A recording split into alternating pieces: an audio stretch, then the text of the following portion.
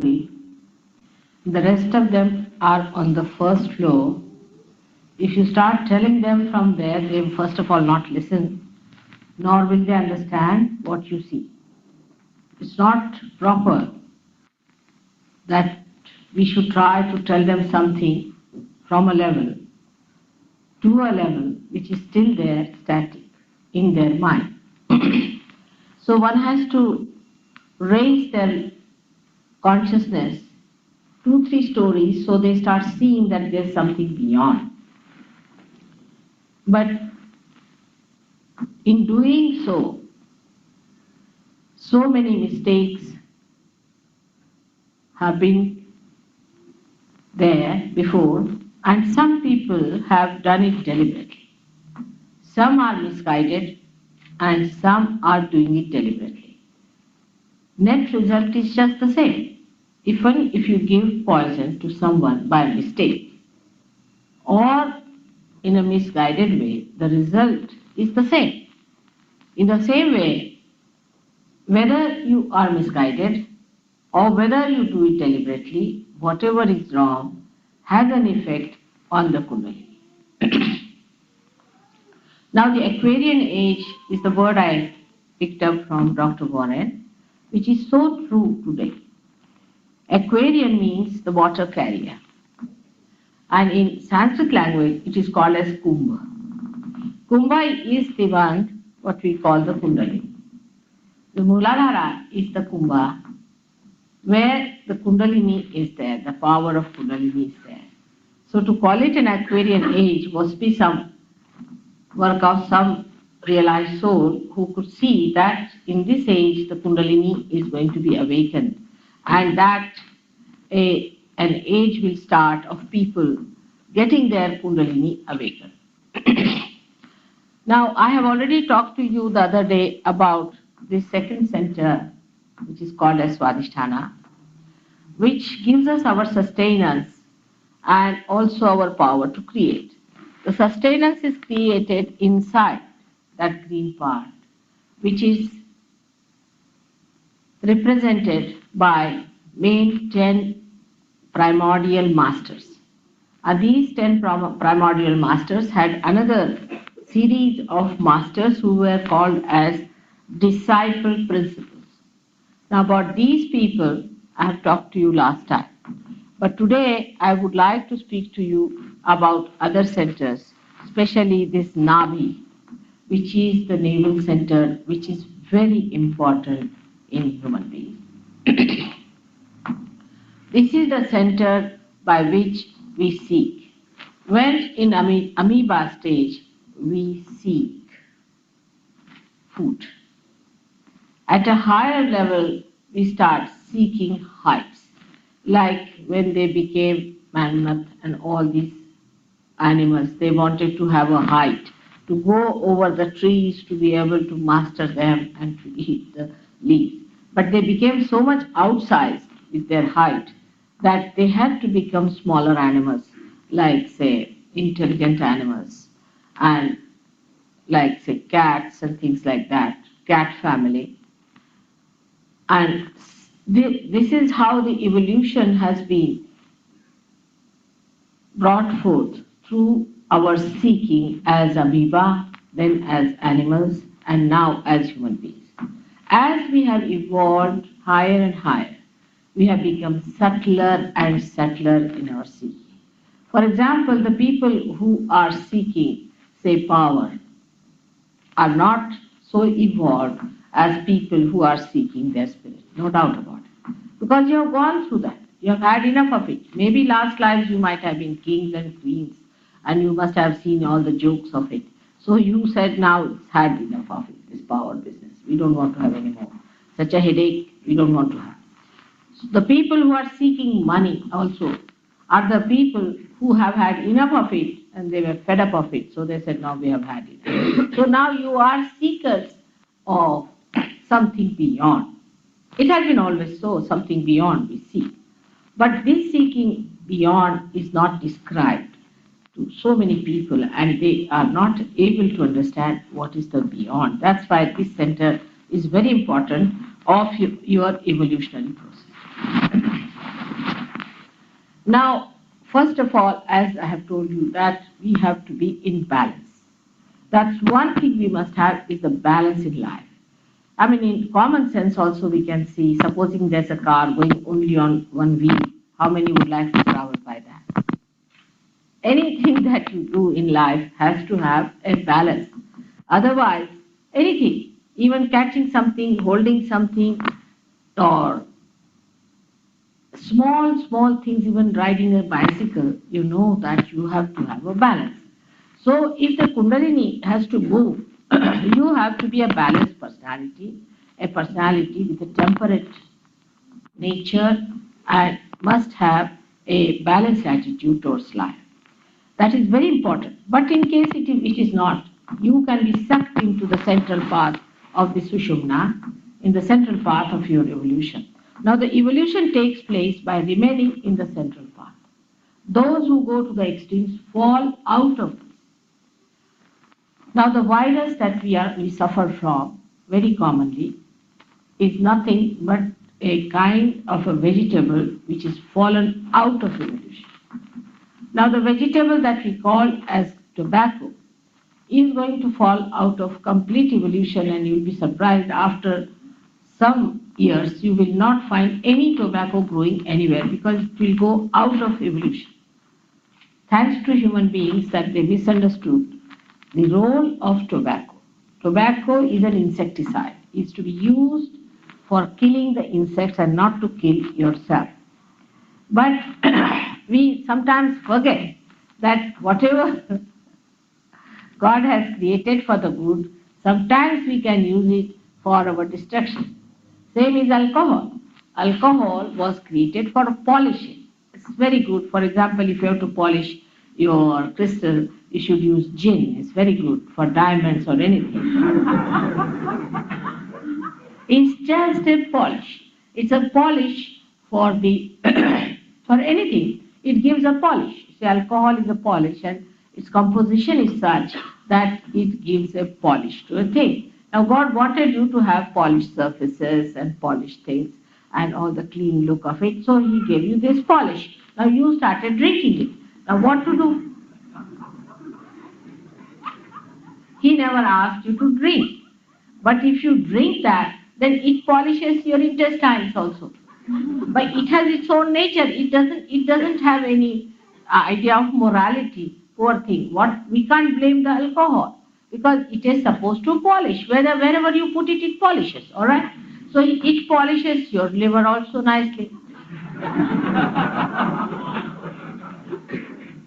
And when the liver is nicely polished, then what happens? That the heat from the liver, which is for the expulsion from the body, it has to pass into the bloodstream, cannot, because there's a barrier. And because of that barrier, poor liver does not know what to do.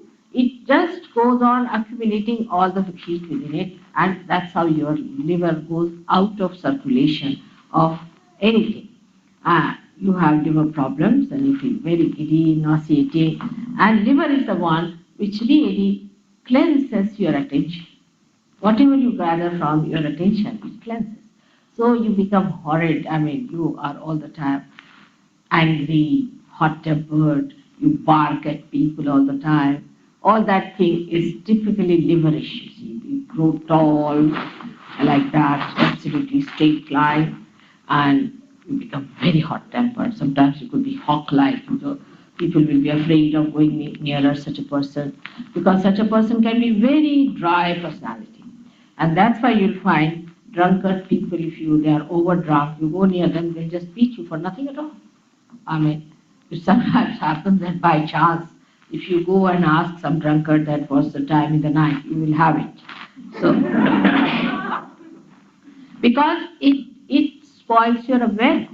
And in that awareness, a nice man also could be like that. But of course, there could be a case where a person might become better. That is also another thing that can happen when you get possessed by this left side movement, because alcohol reduces your awareness and you go to the left side, movement to the left side may give you a feeling, oh, I'm very much better now, and sort of you get happy because your ego is subsided and everything is all right, and I'm really morbid now, I cannot hit anyone, and let me have a little bit and sleep off. But next day, there's the hangover, and you feel so horrible with it that you don't know what to do. I mean, it's something, then again you want to have it in the night because you want to again go to the same realm into the left side. Now, this left side realm apparently shows that there is reduction in the weight of the ego, but it does not. It wobbles. What happens that you go to the superego on the left hand side, you see there, and the ego then thinks that it has gone down because the superego increases in size. But when superego increases, the ego is pushed down, and then when you come to your ego condition, then it pushes down. So there's a big wobbling going on. And such people get ultimately very much confused. They might end up in a lunatic asylum, I don't know what they do. But when they are even sane, you can find they lose the grip over life. For example, such people can become very frivolous and cannot feel the joy of life without drinking. It's most amazing that people can't enjoy each other unless and until there's a glass in between. I mean, human beings are so beautiful. And they have the capacity to enjoy each other so much. They are the only ones who are blessed more than anybody else. But if there's a glass all the time in between, then they can just bark at each other. They cannot enjoy each other. The enjoyment should be complete when there's nothing in between. Now, this is what I was telling you, this Nabi Chakra. This Nabi Chakra gets ruined also when we take to alcohols or serious things like that, drugs, or even I've seen certain medicines can spoil this. Then you get a problem with other things like digestion, you get constipation, all sorts of things take place by which you develop gas troubles and other troubles and then your heart troubles, and it goes on one after another. I do not say that it's only alcohol that will cause. There are other causes also, but alcohol can never be helpful in giving you good health. Some people have a feeling that if you take alcohol, then only you will keep good health. It's a wrong thing. Because health is not only physical health, it's also mental health. People think that physical health is the end of everything. It's absolutely wrong, because we are not only the physical being, we are also the mental being and the emotional being. And when you play too much with your Nabi Chakra, you have the biggest problem, and that is that you can never be successful in life as far as enjoyment is concerned of your achievements. For example, a person becomes rich, unduly rich he becomes, is a blessing, I should say, of Nabi Chakra on the right hand side. Right hand side Nabi Chakra can give you a lot of wealth, a lot of money, and you'll have 10 cars and 15 people attending to you, everything you may have. But it cannot give you the satisfaction of life. You will go on accumulating and end up with a suicide or something like that, and you would not know why you are bent upon committing suicide. That's why in all affluent countries you find people are planning to commit suicide. And the more affluent they are, the worse it is. But the left side gets completely dried. Now the left side is the center of the family life, the Graha Lakshmi, the goddess of the family, the household. A person who runs after money too much forgets his family. He has no time for his family. A husband and wife may meet somewhere on the airport, or may just wave at each other sometimes, you see, crossing each other. Or the children suffer the most. And in that case, the women also then take up with the men. They compete, what's wrong? They start copying men. And in doing so, when they compete with each other, then what happens? That this family life gets disturbed. The woman of the household is dissatisfied, her ego is not satisfied. In olden times, the man used to go in the jungle and get all the wood cut, bring it home, and give it to the wife, and wife used to cook. There was no problem because there was barter system. He could see her working in the household.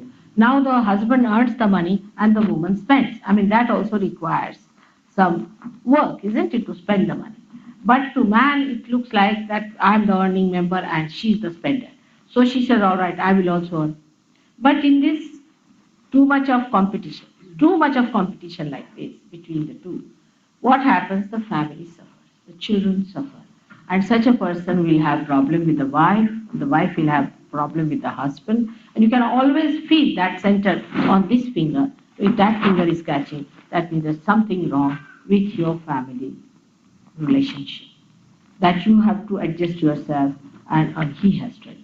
It's an important because you are like the flowers which have to produce a fruit. That's what nature wants. Nature wants that you are there to produce the fruit that is your children. That's why you are men and women. That's the basics. Now, if you think that with that responsibility, if you can do something else, you should do. But the main thing is that, and if you don't do that, is to look after your children, to give them joy, have a beautiful nest for them, then I must say that you are neglecting your basic duty and your attention in on something else.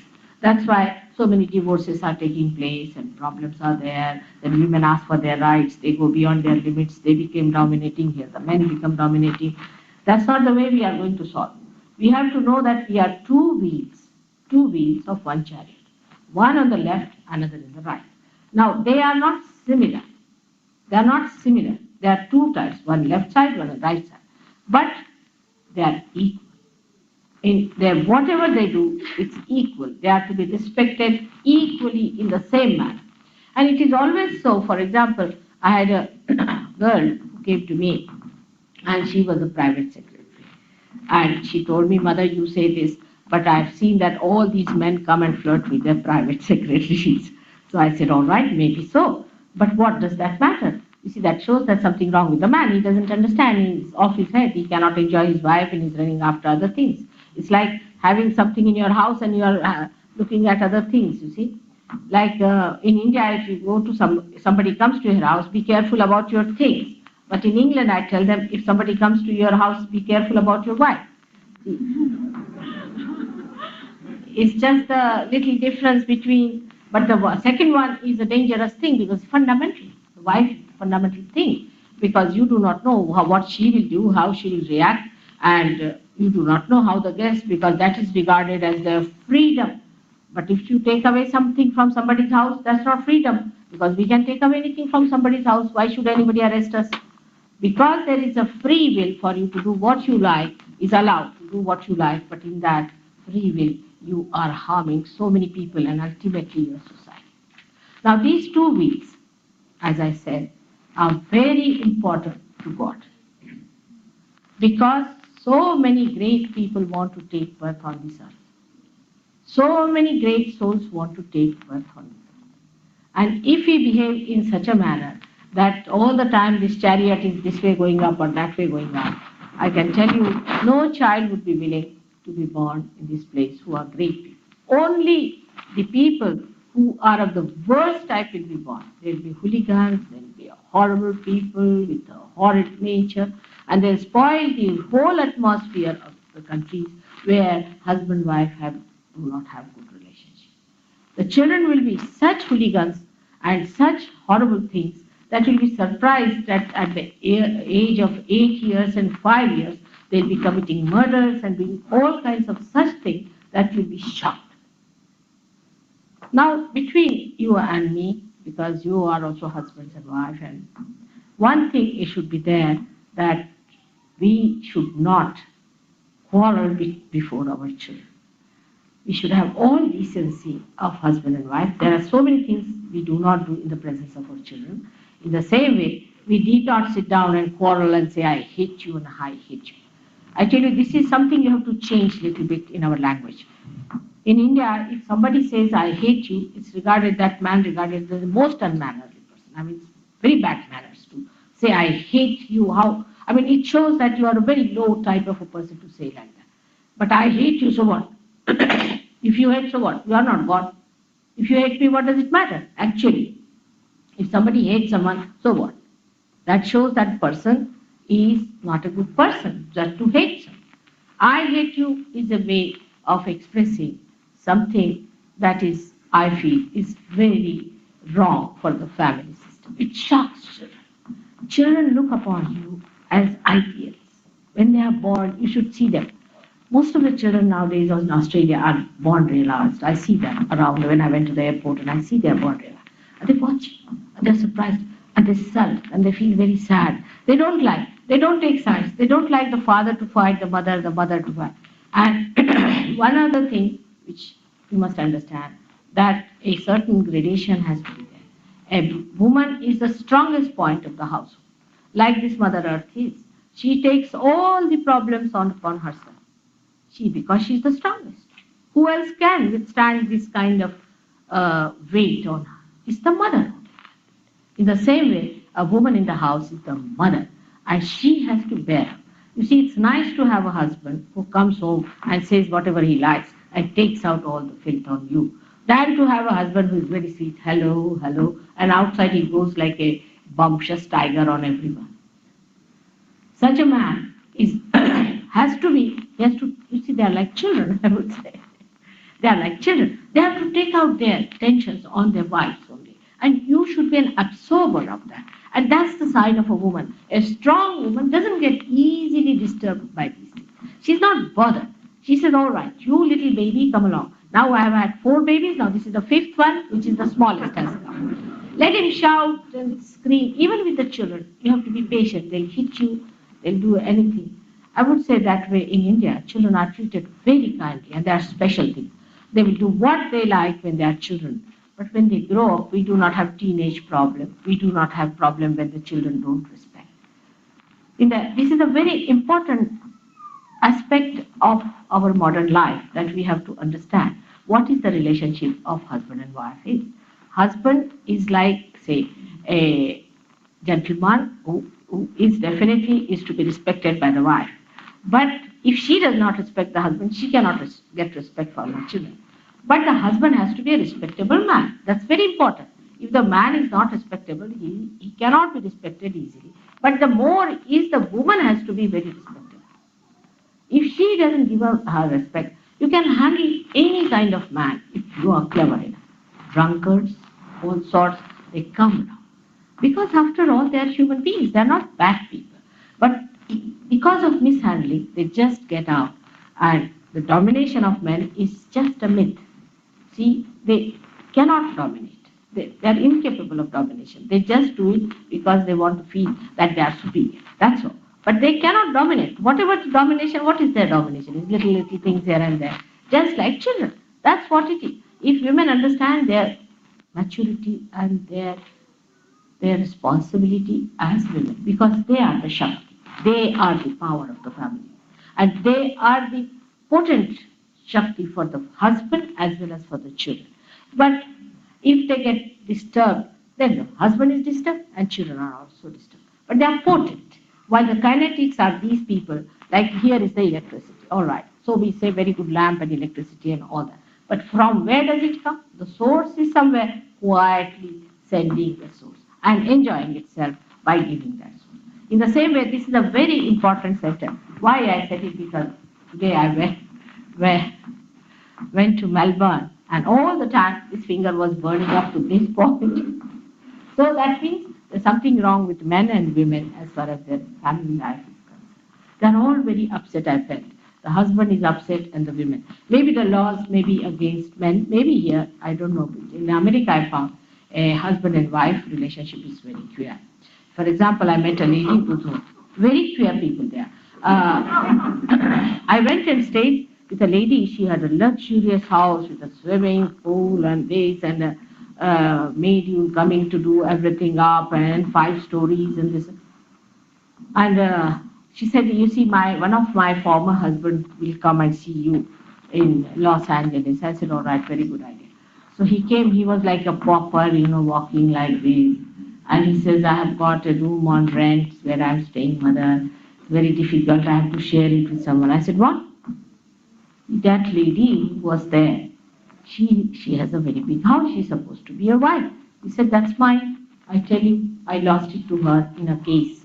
I said, how could you do that in a case? because she asked for a divorce and because she found guilty out of me something, so she got it. And she married three husbands. All the three husbands are moving like paupers, and this lady is very rich. If you marry seven husbands are finished forever, but the lady is so rich, seven times more than any one of them. So this is kind of a law I don't understand. First of all, why there should be a law I don't understand between husband and wife. I just don't understand. I mean, we don't have such laws in India, but everybody cares for the wife because she is the nearest and the dearest person they have. Who else to depend? If the woman is dedicated and devoted to husband, do you think he'll run after any other woman? He has to come back to her.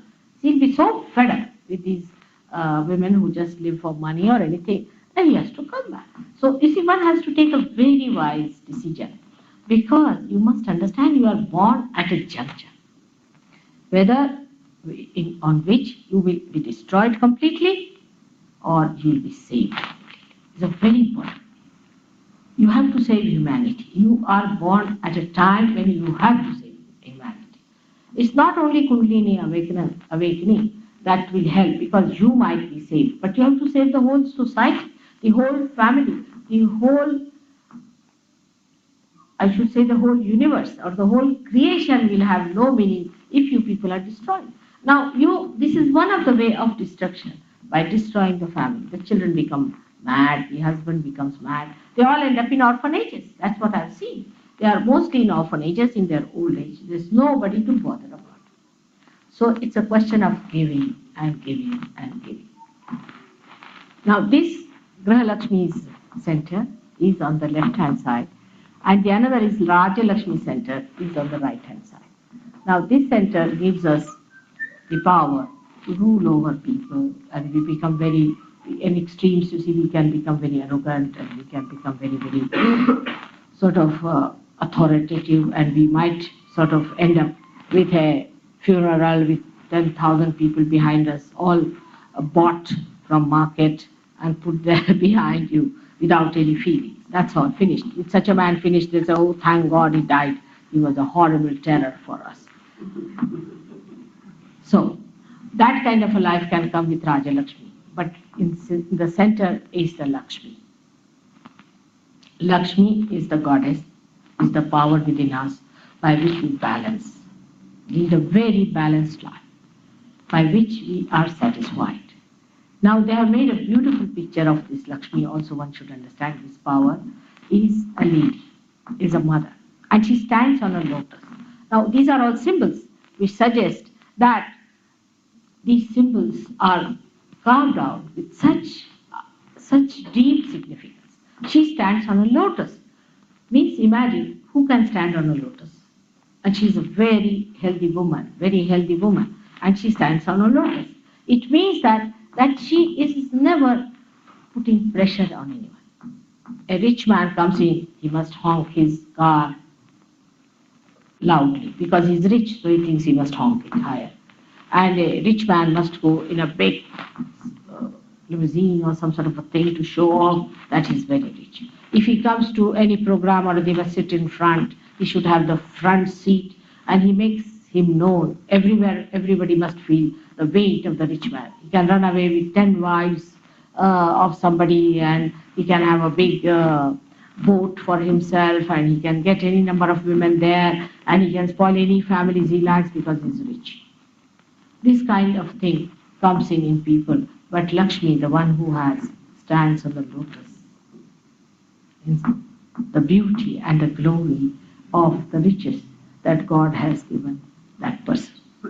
Then it has got two red pink flowers in the hand that are lotus flowers again. Now the lotus is regarded as a very holy flower in India because it is so receptive to everything that is crude and funny. First of all, it is born in the mud. Just think of it. In the mud, in the filth, where the horrible smell is coming out, the lotus is born. And the one lotus gives the fragrance, the beautiful fragrance to the whole atmosphere and kills all that filth and everything and covers the whole pond with its big, big leaves. so that it looks a beautiful pot. That's what is the lotus for. But this lotus is a pink lotus, means pink, is the sign of love. Pink is the sign of love. So such a person has to have tremendous love and that softness of the lotus. Now the inside of the lotus is very soft and nice. And I don't know what you call that, the black bee, a very big one, which has got horrible, hmm? No, the black bee, it's like that, which has got angular legs and things like that. Horrible, you cannot touch it. That one can find its place in the lotus. When it goes to the lotus opens its petals and takes it inside and makes it sleep on the corona that it has, very soft one on the bed, and covers it nicely and gives it a nice, swinging feeling that it feels it is in the lap of the mother and it sleeps on. Even such an animal, it gives a place to live. Now the man who is a Lakshmipati, the one who is blessed with Lakshmi, has to have a temperament like that. Anybody who comes to his house, anyone, should be very readily accepted. I've seen people like that. I've seen in my lifetime. Should be accepted and they should be very gratified to have such people in the house and should feel that, oh God, what a blessing it is that we have a guest in the house. But in modern times, we find out devices and methods how to avoid guests. Guests are equal to pests. I was